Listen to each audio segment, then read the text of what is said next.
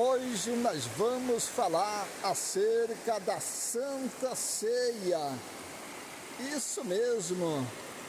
O que Paulo quis dizer dentro do verso 29 do capítulo 11 de primeira carta de Paulo aos Coríntios, tendo em vista que esse texto sagrado, ele é um texto comentadíssimo acerca dos que vão ministrar a ceia, para que assim a Igreja de Cristo venha junto participar dessa cerimônia tão importante para a vida do crente do século 21 que nós estamos vivendo, tendo em vista que quando Paulo profere as palavras, o que come e bebe indignamente será cúmplice da morte de Cristo.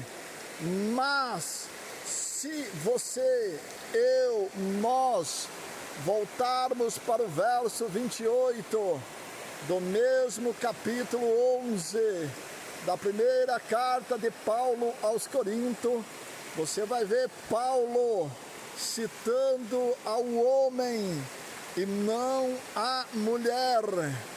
Veja que, segundo a história da Igreja de Cristo de aos Coríntios, havia uma contenda muito grande. Isso mesmo, os maridos eram machistas, tendo em vista que a lei dava total autonomia para o esposo ser submisso à mulher, e a esposa estava debaixo da submissão do marido. E aí o marido era muito arrogante, ignorante. Observa que quando Paulo cita o verso 29 do capítulo 11 de primeira carta de Paulo aos Coríntios, dos que são dignos de tomar Santa Ceia, você voltando para o verso 28 do mesmo capítulo 11 da primeira carta de Paulo aos Coríntios, você não vai ver em mulher, mas sim homem. Então quer dizer, esse texto sagrado do verso 29 do capítulo 11 da primeira carta de Paulo aos Coríntios é concernente à ignorância, concernente à lei que dava total autonomia para os maridos dentro de casa. E aí Paulo, citando acerca da ceia, de quem é digno, ele estava citando ao marido, ao homem que se contendia com a esposa em casa, e a esposa, devido à lei, tinha que ser submissa e não revidar, ou seja, não questionar. Porque se você observar dentro dos evangelhos, isso mesmo que escreveu segundo Mateus, Marcos, Lucas e o evangelista João, você vai observar e ver que esse texto sagrado do verso de primeira carta de Paulo aos Coríntios, ele não é totalmente literal para o dia que nós estamos vivendo, mas sim somente aos homens, aos maridos da igreja de primeiro aos Coríntios, que dentro de sua casa era literalmente arrogante, ignorante, briguento com a esposa. Isso mesmo. Ô igrejinha contender, essa igreja de aos Coríntios, não? Mas se você pegar os 12 discípulos de Cristo, isso mesmo, você pegando, existe dois. Um deles negou 3 vezes a Jesus Cristo. Esse mesmo que negou a Jesus Cristo, Jesus repreendeu o diabo na boca dele.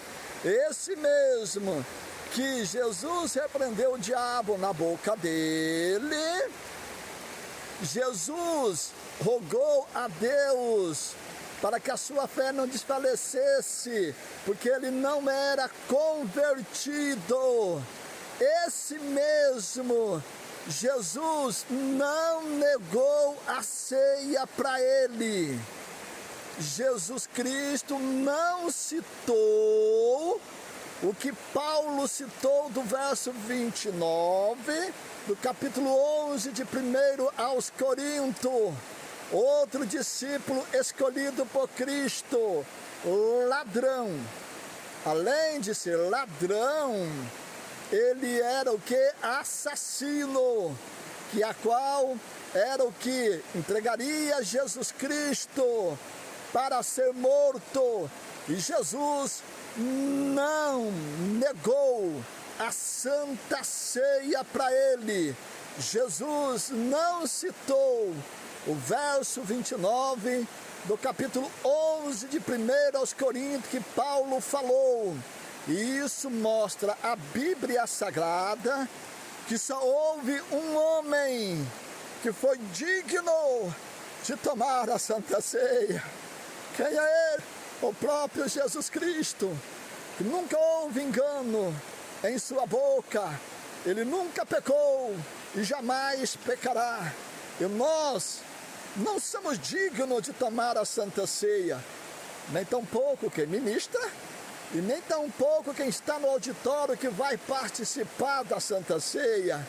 Então isso mostra que nós, a Igreja de Cristo, somos indignos de tomar a Santa Ceia, mas pela misericórdia de nosso Cristo, de nosso Deus, é aonde nós participamos e tomamos a Santa Ceia.